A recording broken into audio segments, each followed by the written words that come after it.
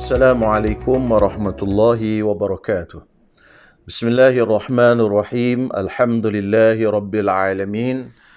Wassalatu wassalamu ala ashrafil anbiya'i wal mursalin. Sayyidina wa maulana Muhammad wa ala alihi wa ashabihi ajma'in. Rabbi syrah li sadri wa yassir li amri wahlul 'uqdatam min lisani yafqahu qawli. Subhanaka la ilma lana illa ma 'allamtana innaka antal alimul hakim. Wala hawla wala quwwata illa billahil aliyyil azim. Alhamdulillah, pada siri yang ke-6 ini kita akan menyambung lagi daurah ataupun pengajian kitab Safinatun Najah karangan Syekh Salim bin Sumair Al-Hadrami. Jadi pada sesi ini kita akan sambung kepada fasal yang ke-32, iaitu yang berkaitan dengan waktu salat. Sebagaimana yang kita maklum, salah satu daripada syarat sah salat itu ialah masuknya waktu. Jadi untuk mengetahui masuknya waktu, kita kena pelajari. Walaupun hari ini kebanyakan daripada kita tidak melihat kepada matahari, cuma kita tengok kepada jam. Bila jam menunjukkan masuk waktu, kita pun sembahyang. Namun sebagai orang yang mementingkan ibadat dan mengambil cakna tentang ibadatnya, dia kena mengetahui juga waktu asal bagi setiap sembahyang fardu itu tadi. Maka pengarang kita memulakan, dia kata yang pertama, permulaan waktu zuhur itu gelincir matahari. Dan akhirnya apabila bayang sesuatu seumpamanya, selain bayang ketika rembang, yakni ketika matahari tegak di atas kepala. Jadi matahari dia mula terbit dari belah timur, sampai saja ke tengah langit, tegak-tegak ke atas kepala. Itu dia panggil waktu rembang. Dalam bahasa Melayu dia panggil rembang, ataupun bahasa Arab dia panggil istiwa. Bila matahari duduk tegak atas kepala itu, dia ada bayang. Bayang tu sikit. Kalau kita letakkan tiang panjang tu lebih kurang sama tinggi kita, maka pada waktu matahari duduk tegak atas kepala tu, dia ada bayang-bayang sikit daripada bayang-bayang tiang tu tadi. Jadi bayang-bayang tu kita kira lah, katalah ada lebih kurang 2 ruas jari. Okey? Tu kita kena cek waktu matahari duduk tegak-tegak atas kepala tu, katalah bayang-bayang itu lebih kurang 2 jari. 2 ruas jari. Okey, ataupun 3 ruas jari katakan. Selepas daripada matahari mula gelincir. Gelincir tu maksudnya bergerak ke arah barat. Bergerak ke arah barat itu istilahnya dipanggil gelincir. Ataupun dalam bahasa Arab dipanggil zawal. Gelincir ke arah barat, maka mulalah masuk waktu zuhur. Dan berterusanlah waktu zuhur itu sampailah kepada apabila bayang-bayang tiang itu tadi sama panjang dengan tiang.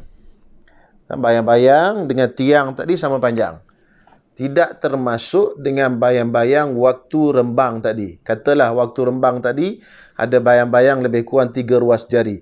Maka tambahlah hak sama panjang tu, tambah 3 ruas jari, maka yang itu kira habislah waktu zuhur dan masuk waktu asar. Itu macam tu kiraannya. Baik. Yang kedua, permulaan waktu asar apabila bayang sesuatu seumpamanya dan bertambah sikit. Apabila bayang tu tadi campur dengan bayang waktu istiwa tadi, kira dah habis waktu zuhur. Bila habis waktu zuhur, dia tambah sikit lagi, dia bergerak bertambah aja sikit bayang tu tadi, maka menandakan dia sudah masuk waktu asar. Menandakan waktu asar sudah masuk. Jadi masuklah waktu asar itu sampai bila? Sampai dan akhirnya masuk matahari. Dan tamat waktu asar apabila masuknya matahari, iaitu terbenamnya matahari di sebelah barat. Di sebelah barat, habis bulatan matahari. Bulatan matahari itu habis, terbenam di sebelah barat, maka habislah waktu asar. Macam tu. Jadi kalau kita duduk tepi laut, kita nampaklah Kalau tu kita duduk tengah-tengah bandar ni, mungkin susah kita nak nampak kerana ditutupi oleh bukit bukau, bangunan dan sebagainya. Bila bulatan matahari itu terbenam semua, masa habislah waktu asar. Okey, habis. Yang ketiga, permulaan waktu maghrib, masuk matahari dan akhirnya masuk mega merah. Jadi, bila tamat waktu asar tadi, masuklah waktu maghrib. Bila terbenam matahari tadi, masuklah waktu maghrib. Jadi, waktu maghrib ni berpanjangan sampailah hilang mega merah. Mega merah di kaki langit tu dia ada merah tu. Jadi, kalau ada merah tu lagi, itu masih waktu maghrib. Bila hilang mega merah tu tadi, maka tamatlah waktu maghrib. Kemudian, permulaan waktu isyak masuk mega merah, maksudnya hilang mega merah, dan akhirnya terbit fajar shadiq. Jadi permulaan bagi waktu isyak ialah apabila mega merah itu sudah tidak ada di kaki langit. Jadi mega merah dah tak ada kat tepi langit tadi. Kemudian dia ada mega bertukar, mungkin warna putih ataupun warna kuning ke sebagainya, tak kisahlah, hilang dah warna merah. Maka pada waktu itu masuklah waktu isyak. Dan berpanjangan dan berterusan waktu isyak ni sampai kepada terbitnya fajar shadiq, iaitu masuk waktu subuh. Ini mazhab kita Imam Syafi'i. Jadi walaupun tuan-tuan dengar ada orang sebut waktu isyak ni tamat apabila setengah malam, habis tengah malam tamat. Jadi itu ada takwilan dia lah. Tapi dalam mazhab kita Imam Syafi'i, yang mu'tamad, pendapat yang kuat, waktu isyak tamat apabila masuk waktu subuh. Maknanya subuh katalah masuk pukul 6. Nak sembahyang isyak pukul 5 pun masih boleh lagi. Walaupun tidak afdal. Sebab apa? Sebab afdal sembahyang di awal waktu. Kemudian, permulaan waktu subuh terbit fajar shadiq dan akhirnya terbit matahari. Jadi, apabila terbit fajar shadiq, maka masuklah waktu subuh. Dan tamat waktu subuh tu apabila matahari terbit, iaitu bulatan matahari tu mula keluar. Keluar aja sikit, tamatlah waktu subuh. Itu dia punya waktu. Jadi senang saja. Jadi fajar dia ada dua. Satu fajar shadiq, satu lagi fajar kadhib. Fajar kadhib ni dia memanjang ke atas. Dia manjang ke atas di tepi langit tu. Dia manjang naik ke atas. Kemudian dia hilang. Itu tak masuk subuh lagi. Kalau kita duduk tepi laut, kita tengok cerah, tapi cerah dia panjang ke atas. Okey, kemudian dia hilang. Lepas pada hilang, tak berapa lama sekejap tu, dia keluar pula cahaya, dia memanjang, melintang kat tepi, melintang. Yang tu dia panggil fajar shadiq. Itulah masuk waktu subuh. Jadi kena pandai bezakan antara fajar shadiq dengan fajar kadhib.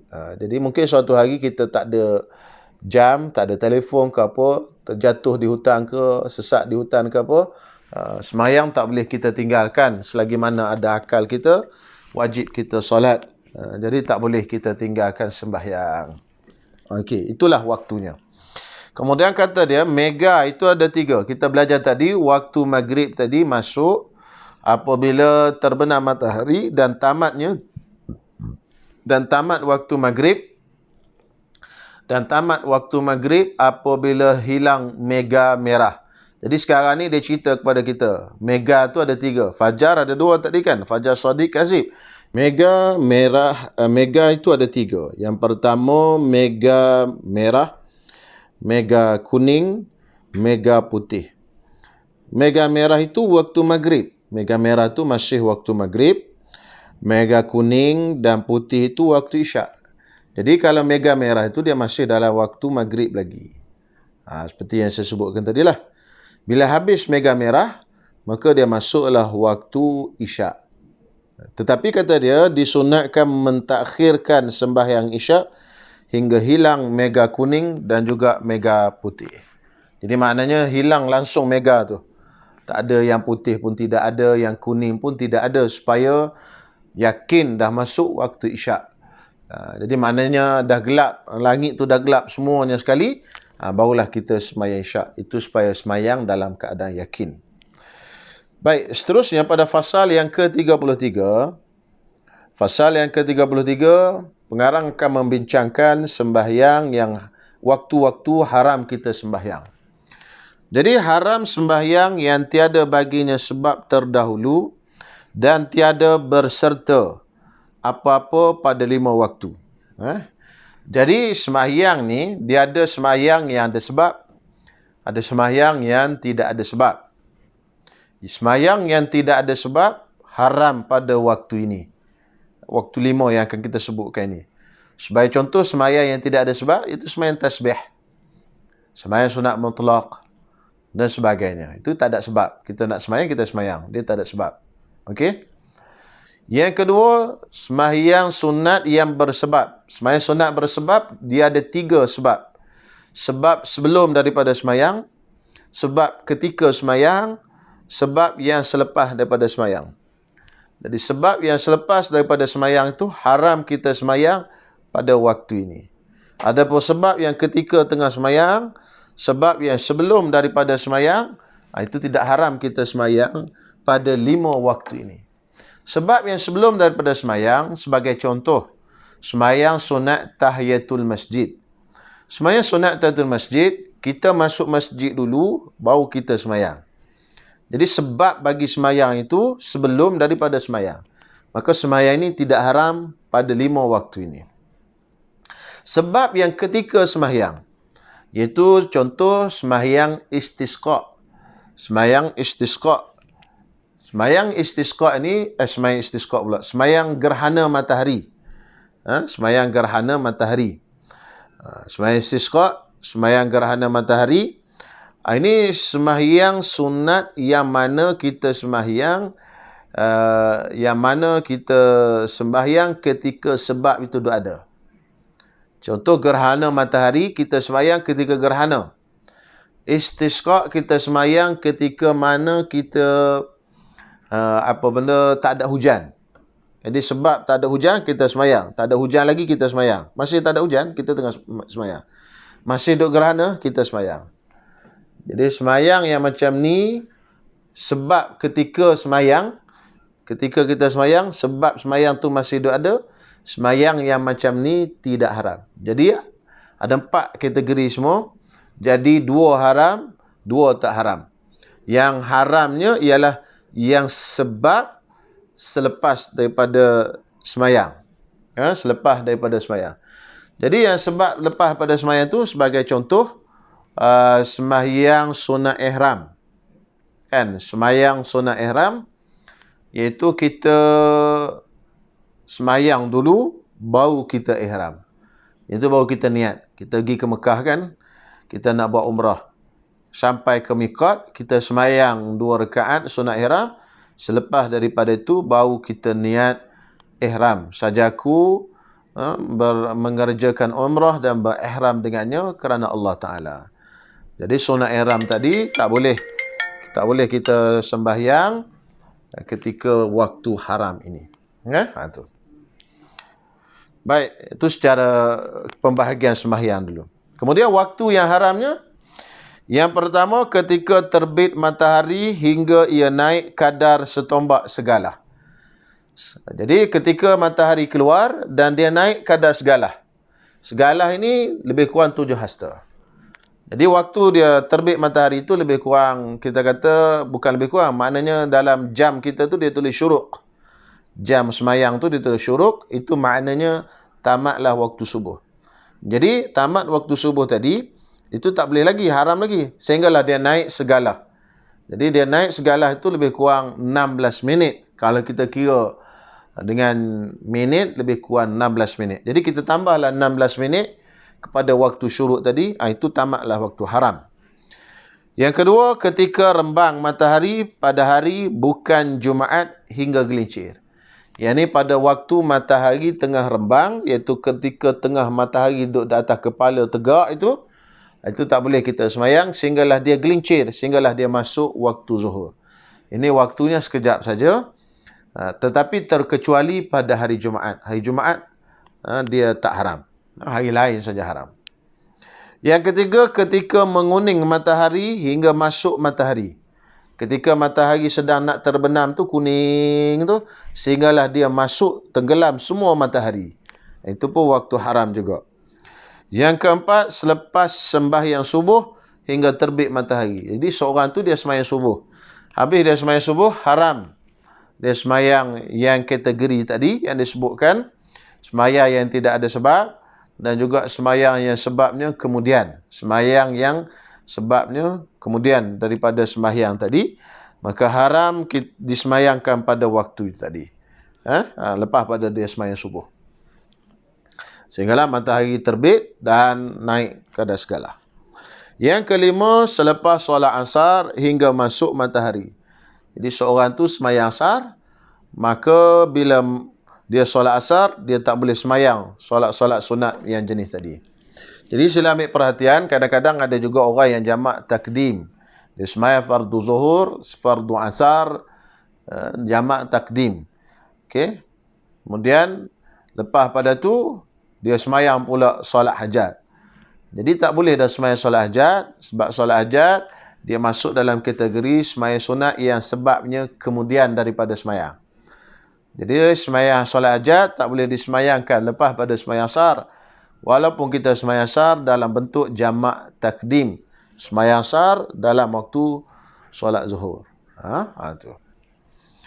Baik. Jadi habis 5 ni haram waktu sembahyang. Haram waktu haram sembahyang.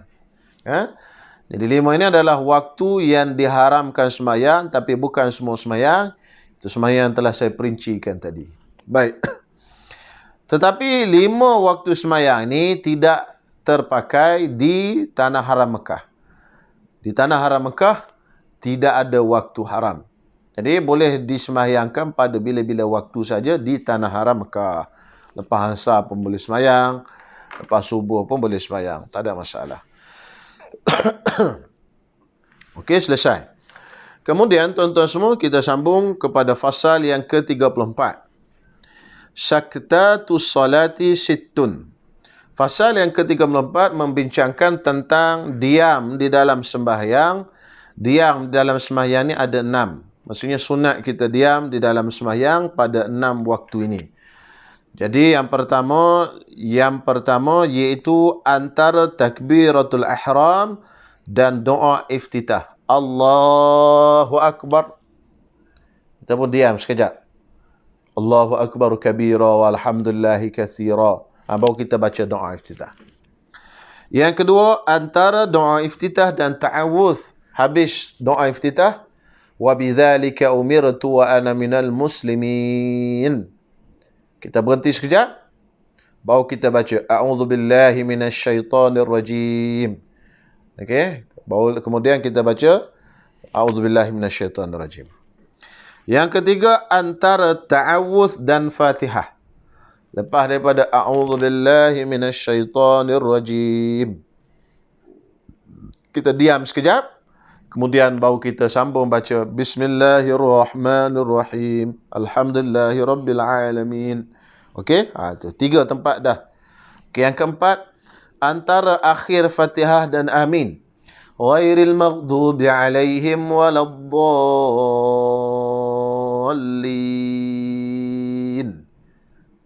Amin. Berhenti sekejap sebelum kita sebut amin. Okey, itu saktah. Itu berhenti. Yang kelima, antara amin dan surah. Habis amin, amin sebelum baca surah. Bismillahirrahmanirrahim. Qul huwallahu ahad. Jadi sebelum nak baca surah tu amin, sebelum nak baca surah tu diam sekejap. Kalau kita jadi imam, diamnya kadar makmum membaca surah Fatihah. Jadi agak-agak makmum dah habis baca surah Fatihah, barulah kita start membaca surah. Yang keenam, antara surah dan rukuk. Habis surah, katakanlah kita baca Qul huwallah, lam yalid wa lam yulad wa lam yakul lahu kufuwan ahad. Berhenti sekejap, baru kita rukuk. Allahu Akbar, baru rukuk. Jadi ada 6 tempat di dalam sembahyang yang disunatkan untuk seseorang itu berhenti ataupun diam. Saktah itu makna diam. Bukan saktah baca Quran. berhenti tidak bernafas. Ini diam. Okey. Okey, seterusnya fasal yang ke-35.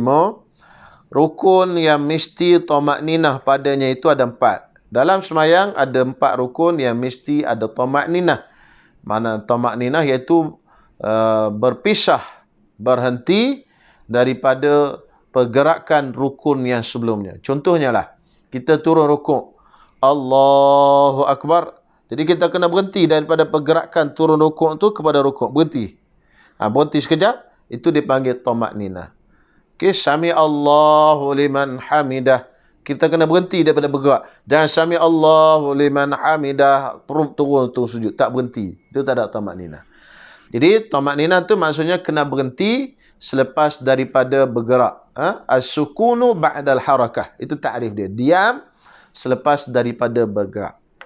Jadi ada 4 tempat yang disunatkan pula, yang diwajibkan untuk kita tamakninah di dalam sembahyang. Okey, yang pertama iaitu rukuk, yang kedua i'tidal, yang ketiga sujud, yang keempat duduk antara 2 sujud. Tamakninah itu diam sesudah bergerak. Sekira-kira setiap anggota itu tetap pada tempatnya dengan kadar, dengan masa. Dia kena diam tu dengan masa mana paling minima subhanallah. Macam kita sebut subhanallah. Berapa saat tu? Subhanallah. Mungkin 2 saat. Jadi kadarnya 2 saat lebih kurang. Macam tu. Kena diam. Jadi kalau tidak ada diam, ataupun dengan bahasanya dipanggil tamakninah pada 4 rukun ini tadi, maka sembahyang tu tidak sah. Kenapa? Kerana wajib tamakninah pada 4 rukun ini. Okey, selesai. Kemudian fasal yang seterusnya, fasal yang ke-36, iaitu sebab-sebab sujud sahwi itu ada 4. Jadi sebelum kita masuk membincangkan tentang sujud sahwi, eloklah kita faham dulu apa makna sujud sahwi. Sujud maknanya sujud lah. Sahwi dari segi bahasa bermakna lupa. Jadi maksudnya dalam fasal ni kita nak belajar sebab-sebab yang disunatkan untuk kita sujud sahwi. Apabila berlaku benda ini, sunat kita sujud sahwi. Okey. Walaupun sahwi ni maksudnya lupa, tetapi bukanlah semestinya lupa sahaja kita sunat sujud sahwi. Jadi kadang-kadang tak lupa pun sunat sujud sahwi juga. Sebagai misal, saya bagi misal. Kunut itu sunat ab'ad. Kalau tertinggal dengan makna terlupa, sunat sujud sahwi. Tapi kalau kita sengaja tinggal pun, sunat sujud sahwi juga. Okey, itu jelas. Bukan kata semua benda yang berlaku dalam masalah sujud sahwi ini berlaku kerana terlupa. Jadi apabila berlaku 4 perkara ini, sunat bagi seseorang itu sujud sahwi. Sunat, hukum sujud sahwi itu sunat. Kalau tak sujud sahwi pun tidak menjadi masalah sebab dia sunat. Yang pertama, meninggalkan setengah daripada sunat-sunat ab'ad sembahyang, atau meninggalkan setengah daripada sunat ab'ad. Jadi yang pertama, dia tak buat sunat ab'ad. Sunat ab'ad contohnya kunut. Contohnya tasyahud awal. Jadi kunut, dia tak baca kunut. Maka dalam mazhab kita Imam Syafi'i, sunat sujud sahwi. Kenapa? Kerana dia tinggalkan sunat ab'ad. Sama ada tinggal tu secara sengaja atau terlupa. Ataupun dia meninggalkan sebahagian daripada sunat ab'ad. Sebagai contoh, dia baca kunut, tapi tak habis dia baca Allahumma hdini fi man hadait, wa afini fi man afait, wa tawallani fi man tawallait. Tapi tak habis dia baca. Dia baca sampai situ saja. Itu pun sunat dia sujud sahwi. Yang kedua, sunat sujud sahwi ketika mana membuat sesuatu yang membatalkan sembahyang dengan sengajanya dan tiada batal kerana lupanya apabila ia berbuat di dalam keadaan lupa. Sebagai contoh, benda ini kalau kita buat dalam keadaan sengaja batal. Tapi dalam keadaan terlupa tak batal. Misalnya bercakap. Bercakap yang sedikit tidak membatalkan sembahyang. Jadi sedikit itu lebih kurang 6 ayat. Kan? Awak nak pergi mana? Terlupa. Dia tengok orang lalu, dia pun cakap, awak nak pergi mana? Dia terlupa. Terlupa tadi tidak batal. Kerana bercakap tu sikit, awak nak pergi mana? Baru dalam lebih kurang 4 patah perkataan. Jadi dia masuk dalam kategori sedikit. Jadi bila kita sedikit, tak batal semayang jika berlaku dalam keadaan terlupa. Kalau dengan sengaja, sama ada sedikit atau banyak, batal semayang. Jadi bila berlaku macam tu tadi, benda yang tidak batal kerana berlaku dengan tidak sengaja ataupun dengan terlupa, maka di hujung sembahyangnya sunat dia sujud sahwi. Perkara yang ketiga, memindahkan rukun qauli kepada yang bukan tempatnya. Memindahkan rukun qauli kepada bukan tempat. Contoh, dia baca Fatihah di dalam rukuk. Itu dan kan dipindahkan. Pada waktu itu sunatlah dia sujud sahwi. Rukun qauli tadi dibaca dalam qiyam, tapi dia baca dalam rukuk. Yang keempat, terbuat rukun fi'li yang membawa kepada pertambahan. Sebagai contoh, dia buat rukun fi'li yang membawa kepada pertambahan. Misal, seorang ini, dia misalnya dia sujud sebanyak 3 kali. Dia sujud 3 kali secara terlupa. Maka berlaku pertambahan dalam semayang, iaitu sujud sebanyak 3 kali. Kan? Jadi sunat sujud sahwi di hujung. Ataupun dia bangun qiyam kepada rakaat yang kelima, bertambah rukun qiyam dalam semayang. Jadi semayang zuhur, dia bangun rakaat yang kelima. Dia bangun diri dah. Kemudian dia teringat, dia duduk balik. Bila dia duduk balik, maka pada waktu itu dia hujung semayangnya. Sebelum dia bagi salam, selepas daripada tahiyat akhir, sunat dia sujud sahwi. Kalau dia tak sujud sahwi pun tidak batal semayang. Kerana apa? Kerana hukum sujud sahwi itu adalah sunat. Jadi sunat sujud sahwi. Jadi sujud sahwi ni bila? Sujud sahwi ni selepas tahiyat akhir, sebelum salam. Ini mazhab kita Imam Syafi'i. Tidak ada sujud sahwi selepas salam. Jadi sujud sahwi ni sebelum salam. Jadi baca dulu tahiyat akhir bagi habis. Selepas tu bagilah salam. Selepas tu sujudlah sahwi dengan niat sajaku sujud sahwi ke Allah Ta'ala. Niat dalam hati. Kemudian sujud 2 kali. Allahu Akbar. Bacalah dalam sujud tadi. Subhana man la yanamu wa la yashu. Okey. Kemudian kita berbangkit. Allahu Akbar, Rabbighfirli macam biasa. Kemudian sujud sekali lagi, Subhana man la yanamu wa la yashu. Kemudian bangkit sekali lagi, terus bagi salam. Assalamualaikum warahmatullahi. Assalamualaikum warahmatullahi. Itulah sujud sahwi. Okey, insya-Allah fasal yang ke-37 kita akan sambung selepas daripada siri ini, insya-Allah.